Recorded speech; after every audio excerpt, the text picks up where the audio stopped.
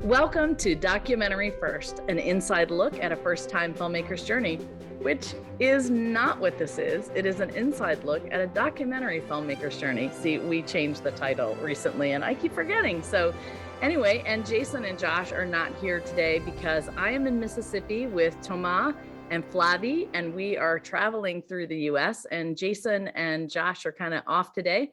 So we figured that we would do this, just the three of us, and talk about kind of what's been going on in the last week. So I'm going to start with a quick update. As you can see and hear, Thomas Voisson and Flavie Poisson are here with me today. Say hi, guys. Hi. Hello, everyone. So Thomas and Flavie, why don't you tell me a little bit about when you got here and, what's been happening since you got here? Yeah, so we arrived in the States on the 16th of January to stay during 6 weeks. So we are on vacation and we arrived at Christian House. And then we traveled during 2 weeks in Denver. So we crossed Iowa, Nebraska, and then we came back taking Route 66 through Amarillo, Joplin, Oklahoma City, and that's it. It was a lot of fun. What was your most interesting experience? Probably Texas, because it was my first time in Texas. It was not the first time for Flavie in Texas, but it was my first time and it's totally different. There is the US, there is New York City, and there is Texas. Texans will be absolutely happy to hear you say that because that is completely true. Every year, Thomas and Flavie like to come in their off season. They are tour guides in Normandy. In fact, they run a company called Normandy Discovery Tours. So if you're listening to this and you're interested in going to Normandy with a tour guide, I highly recommend Normandy Discovery Tours. You can find them at, what's your website, Thomas? So our website, you can find us directly on Google as Normandy with the Y, all in English, Normandy Discovery Tours.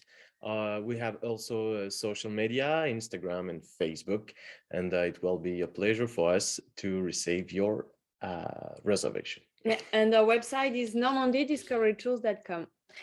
And what is, tell me one of the special things that you do on your tours. So we have different tours. We have the tours with a van, so we can visit different places, especially in the American sector, Utah Beach and Omaha Beach. But our specialty is the Jeep tour. So we have a World War II Jeep, and so we can do different kind of tour around Sainte-Marie-Église with the World War II Jeep. So we have different Jeeps, and we can pick a like 6 person in total, so a group of 6 person to do a tour during an hour, 2 hours, 4 hours, or a full day tour if you are very interested about World War II. Yeah, so tell us how much it costs, Flavie, to do a full day tour. It depends if you are in a van or in a Jeep. So if you're with a van and that will pick you up around Carentan or Bayeux, it will be for 4 people, 460 euros.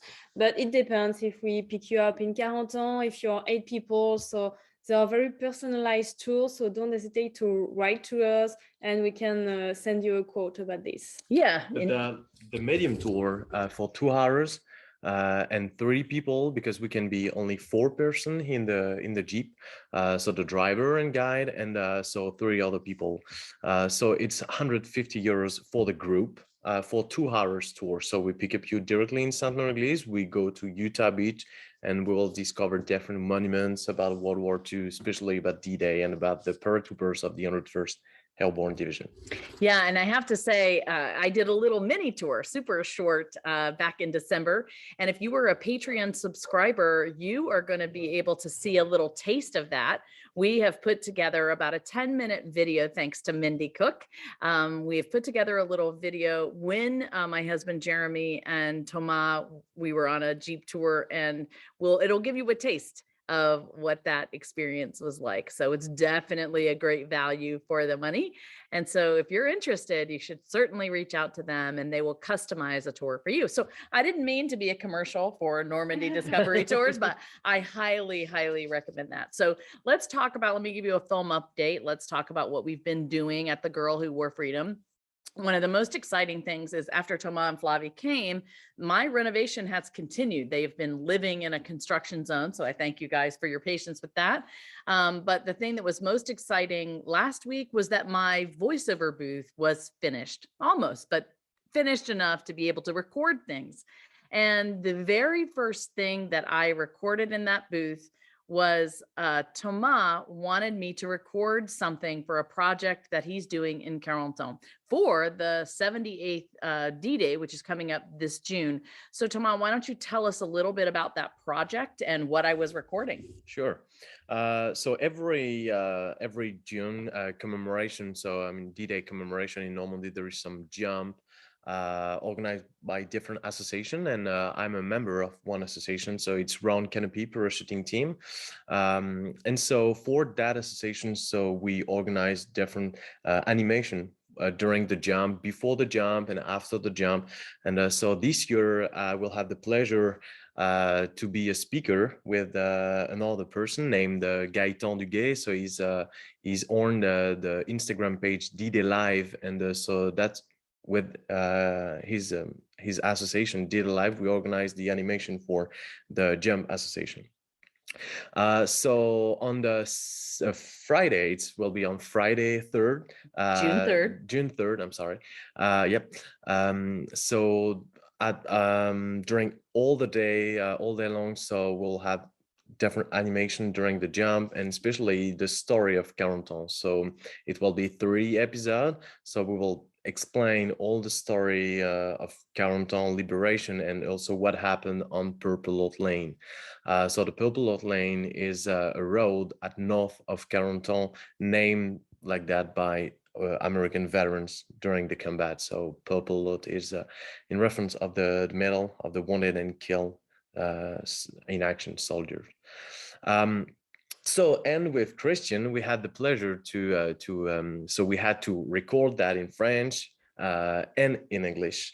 So, and during December, I think it was in December, I asked you if you were interested to record that in English for that animation, and you say absolutely anything you need. Now, when you say animation, what do you mean by that? So it's so there will be like some quiz for people, animation with the public. You mean interaction? Interaction, absolutely. I was like, are we doing it's animation for us in the US is like a cartoon. Okay, no. But I think what you're saying is there's going to be a live experience where you and Gaëtan are going to be talking to people, telling. Is it Gaëtan? Yeah, absolutely. Okay. Where you're going to be talking about the Battle of Carentan, you're going to be asking quiz for people, if they know about the D-Day, yep. And you're just entertaining all of the people on Purple Heart Lane. Yeah. And so you're going to be doing it in French primarily. Yeah. You can also do English sometime, translate. But you're going to be doing the French version of the Battle of Carentan. Absolutely. And then I will do my voiceover will do the English version. Absolutely. But I'll also be there in person, I think, to talk to people. So yeah, that's on Purple Heart Lane. So we recorded that, and that only took us a few minutes, right? Mm-hmm. Only a few minutes. Only a few minutes, maybe more like 3 hours. 3 hours. Yeah, it was quite the experience. Thomas was a good director, so we did get that done, but he got an experience to feel like of what it was like to direct an actor. And what was that like for you? It was very interesting because that's not my job, but and also I was with a professional record voiceover, so it was very easy to directing. You did a great job directing. Actually, you come to it very naturally. So yeah, we accomplished that. If you go to D-Day, you're on June 3rd, you're on Purple Heart Lane, you will hear Thomas and I talk about the Battle of Carentan and the Girl Who Wore Freedom.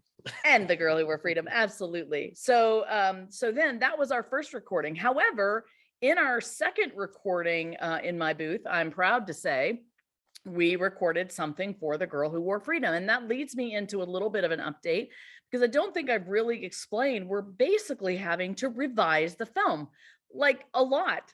In that we have been asked to screen in Normandy at the World War II Normandy Film Festival on June 5th. And they asked us to do a French version because a large part of the audience is French. So what we decided to do, there's some people that are American, we decided to do a dual language version. So in this version of the film, all of the English will be subtitled in French and all of the French will be subtitled in English. So the entire film will be subtitled, except in the very beginning, we have a slide and it's a disclaimer that basically says, even though all of the people in our film are talking about Americans, we recognize that Americans were not the only ones who liberated Normandy or Europe. And we wanted to explain that we understood that the freedom of Normandy, the freedom of Europe was due to all the Allies, not just the Americans.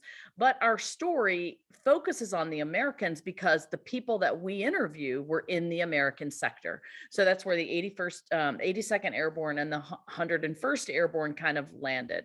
And then you had the 4th Infantry Division and, so on and so on, the 90th. And so it's mostly Americans that were in their area.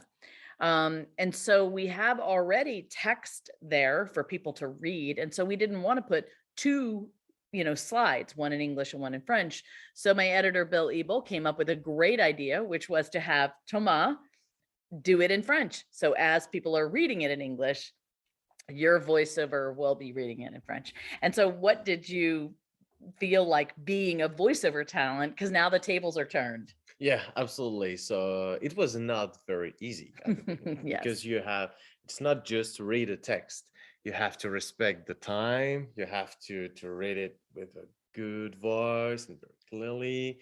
And so everything has to be, real in your head. So I don't know, it makes sense, but it makes sense for me. Yeah, no, it makes sense. It is not easy. It's never easy. Not Yeah. even if you've done the job, is it easy? So, but it was a good experience, and you became my director at that time. Yeah, I was the director then, so that was Yeah. good. So you watched that whole process, Flavie. What was your impression about, what that was like? Well, it was funny to see how your new booth was working because we were there in 2020 and your booth was all different, and we had the experience to test it as well. So yeah, it was funny to see Thomas working, and he was very in his mind and moving his hand like this, like concentrated, and so that was funny to see. Yeah, it's really interesting. Before, my booth was like a genie tent in a tiny little office, and now my booth is a real fleshed out professional voiceover booth with a window in there where you could see, and you can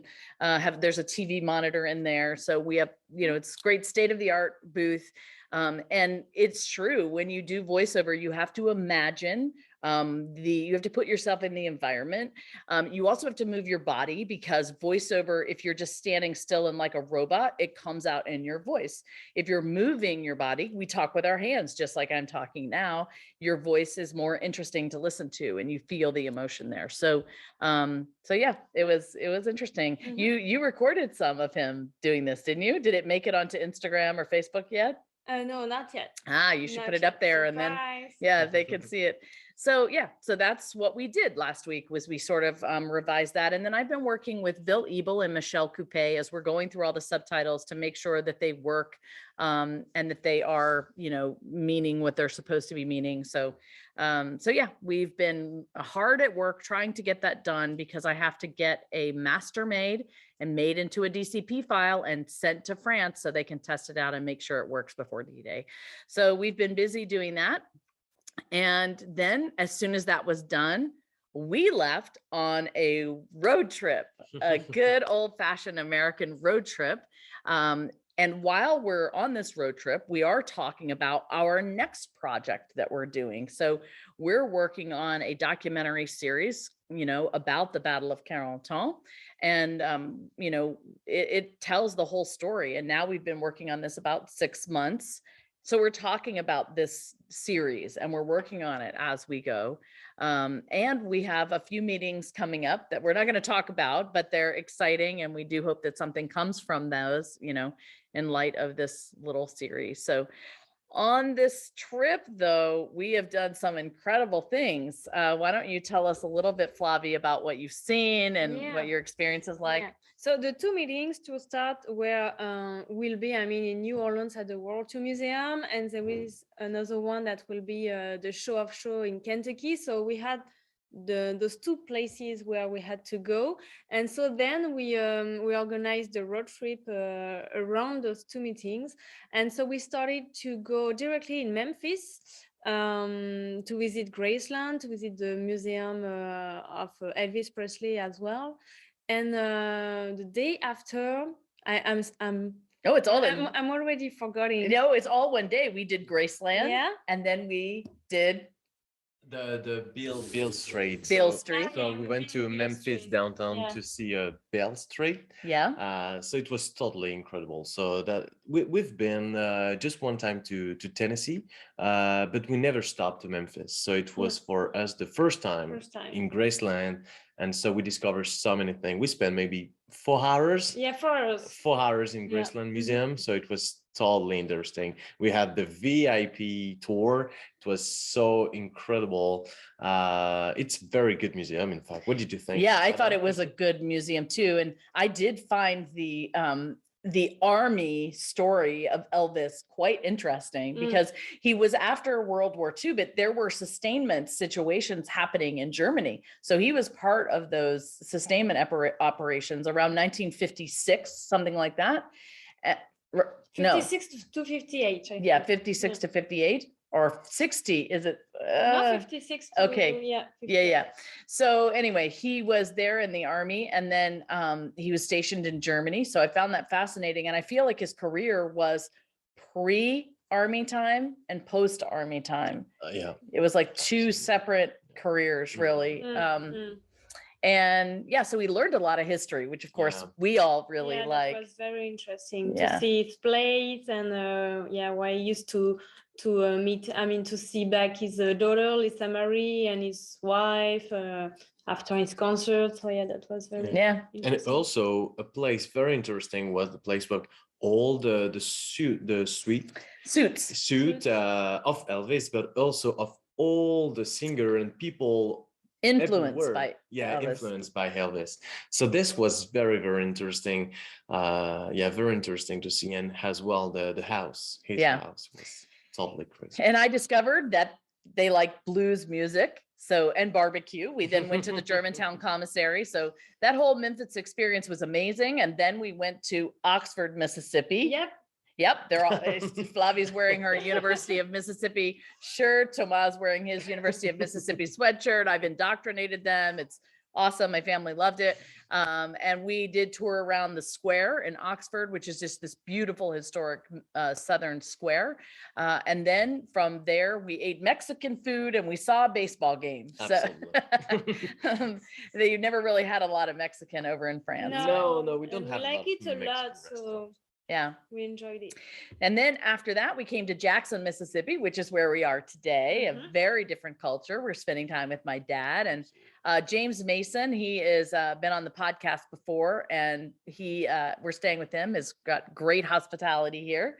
And then I'll let you take over. Where are we going next? So tonight we're going to Laurel, stay 1 or 2 days, and then we're going to New Orleans for 3 days and visit a plantation. Yes. Then we're going to the World War II Museum because the three of us have a meeting there, and we have to visit the museum as well. We've never been to this museum, Thomas and I. You've already been. I've been, yes. Museum. It's a big one, so we'll have plenty of things to see. We're gonna hang out in the evening in the city center. I mean the French district. Yeah, it's called Jackson Square. We're gonna go to Cafe Du Monde. We're gonna see Jackson Square and all the artists, and we're gonna go antique shopping. Yeah, of course. They love antique shopping in the U.S. You forgot one important thing. In Laurel, we're gonna learn more about John Lau. Yes. Now, John Lau is, we're doing research for The Brave Dutch. That's another series that we're working on. And Thomas is going to be playing John Lau. So it's going to be good for you to learn where he lived and what he did. Yeah, absolutely. Because a few months ago, I went with Christian in Netherlands during a month to discover what would happen for John Lau during the war. We've seen so many incredible things in Apeldoorn, especially. It was totally incredible. And now the moment is come to discover his civilian life. Yeah, his American life. His American life, yeah. So it will be very nice to see. So we already met John Lowe. Grandson, that's right. We grandson. left that out. We met Reese Lau in Oxford. He lives there. I mean, I know it sounds like we're having a big fun trip, but there is work intertwined. And one of those was meeting Reese Lau Jr. because Reese wrote the original script for the Brave Dutch podcast, and he is the grandson of John Lau. So he gave us some family history and talked about things. Yep. So that was great. Now you've met Reese Lau Jr., the grandson of John Lau, and you've met Lucy Lau, his daughter. So yeah, that's great. So that's what's happening in Laurel. And then after New Orleans, we're going to go to, what did you want to see in Alabama? The USS Alabama for sure. Yeah. So yeah, in Mobile, Alabama. So I don't know. I don't absolutely know what is exactly. It's a big ship. Big ship, but I mean, I think it will be very interesting. Yep, So I've been to a submarine in Cherbourg for sure, because we have a submarine museum in Cherbourg, Normandy. But now it will be an American battleship. Yeah. Yep. So we're going to do that. Mhm. Then we're going to visit Orange Beach and actually go over to Perdido Key so you guys can get Florida in. They're up to a bunch of states. I think maybe by the time we're done, it'll be 27, 28, something like that. I think at the end, 28 and 28 for Flavie, 25 25 or for. yes. Okay. It's- You got some catching up to do There tomorrow. is a competition. Yeah. So yeah, we're going to do that in Florida. Then we're going to go up to Nashville and we're going to see Savannah Woods and Lindy Hart, who was our set medic, and Savannah was with us in Normandy as well. And Mindy Cook, who is working on our team currently along with Savannah. So that's going to be a little bit more work stuff in Nashville, but also a lot of fun. Then we go to the shows, which is a big, huge military convention in Louisville, Kentucky. We're going to see Flo Plana, Myra Miller, Joey Van Mason, and I don't know who else, but a lot of our team will come together there, see each other, find World War II stuff, talk about our other plans and stuff like that. So it's going to be great. Enjoy the last days because it will be the end for us. It will be the end. You're flying back the next day to France. Yep. All right, so this brings us to our new segment, DejaView DocuView. Okay, everybody, so this is our new segment. It's where we talk about things that we recommend, like documentaries that we recommend. And we talked about this in advance. You don't really have an American documentary you can recommend, but you have something that's very, very close. So why don't you talk a little bit about that? Yeah, so we're going to talk to you about a French series, which is called in French Un Village Français, but it's called in English a French Village. And we want to talk to you about it because it's our favorite series, and you can watch it on Amazon Prime. So Thomas gonna explain you more about. And the first season is free, by the way. Yeah. You have to pay for the subsequent one? Yeah. Oh, but it's man. the same in France. You have to pay as well in France. So okay. So at least turnabout is fair play. yeah. So it's a French series. Yeah. The first season arrived on 2009. 2009, and so everything is in France during World War II, and especially during the occupation. So the series began, in June 1940, when the Germans arrived in France, and the beginning of the occupation, and the last season is the end of the war, and also after, because we can see all the people that lived during the war.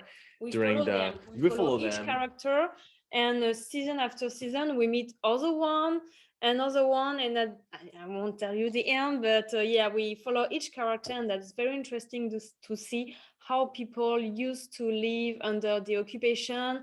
And sometimes people think, oh, I would have been a resistant, blah blah blah, but no, you don't know. And thanks to this series, you can see that they had other circumstances around their life that made them be like this or like this. So that's very interesting. Yeah. It's not a documentary, in fact, it's a series, but it's kind of almost a documentary. It's almost a documentary. You guys say that it's very realistic. Absolutely. That it's absolutely. A great realistic. Politics, religion, war, battle, clothing, the sets, clothing, or everything is totally real. I mean, all the people that did that, all the historical researcher did a very great job. Yeah, very good. Yeah, and I will say, I started watching it with them last night. They wanted to share this with me because I've been sharing a lot of American media film with them, and they told me that I would really be able to learn French if I watched it in French with English subtitles. So that's one advantage. You could do the same if you're listening to this and you want to learn French.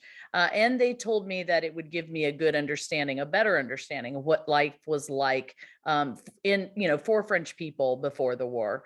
And I do have to say it's true. It was good watching with them because I could ask them questions on the spot. That was really nice. There are some cultural things I would have missed if they weren't there. But the thing that did strike me, Flavie, was after the Germans came into this little town, there was a rich merchant there that owned a lumber factory, and the Germans came in and asked him, would you do business with us? Absolutely. Can we buy lumber for you? And before this, the guy was having a lot of trouble paying his employees, and he was going to have to shut down because he didn't have enough money because of the occupation situation. And he also wasn't able to travel anywhere, and it was causing him a lot of problems. So the decision that he had to make was, do I work with the Germans and help them and then be able to receive money, pay for my family, pay for my employees, also be able to travel and see other people? Or do I not work with them at all, possibly be shot, have my business taken over, not be able to care for the people that are working for me? And you can sit back as an armchair quarterback, that's what we call it here in the US, and say, well, if the Germans had come in, I would have done this or this or this. But it's a totally different situation when you're in the moment with all of the circumstances surrounding you. And you have to think what people will think about you if you work for German. But at that moment, he was just thinking about his employers. Employers need money and to survive during the occupation. So he decided to work with the German.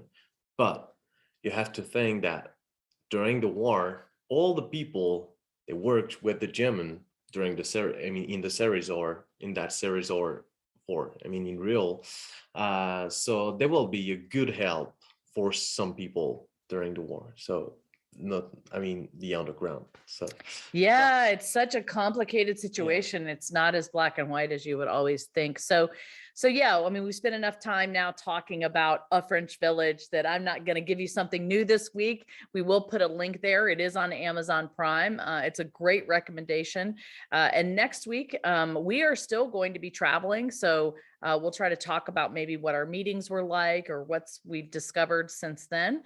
Thank you so much for listening to Documentary First. Thank you for supporting us. If you haven't joined us on Patreon, we'd really appreciate your support there. And then you will get to see what it's like to go on a tour with Thomas.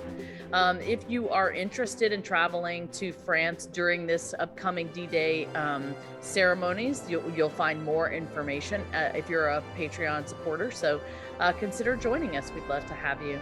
All right, so that's it for us today. So thank you very much for listening to Documentary First, where everybody has a story to tell and you can be the one to tell it.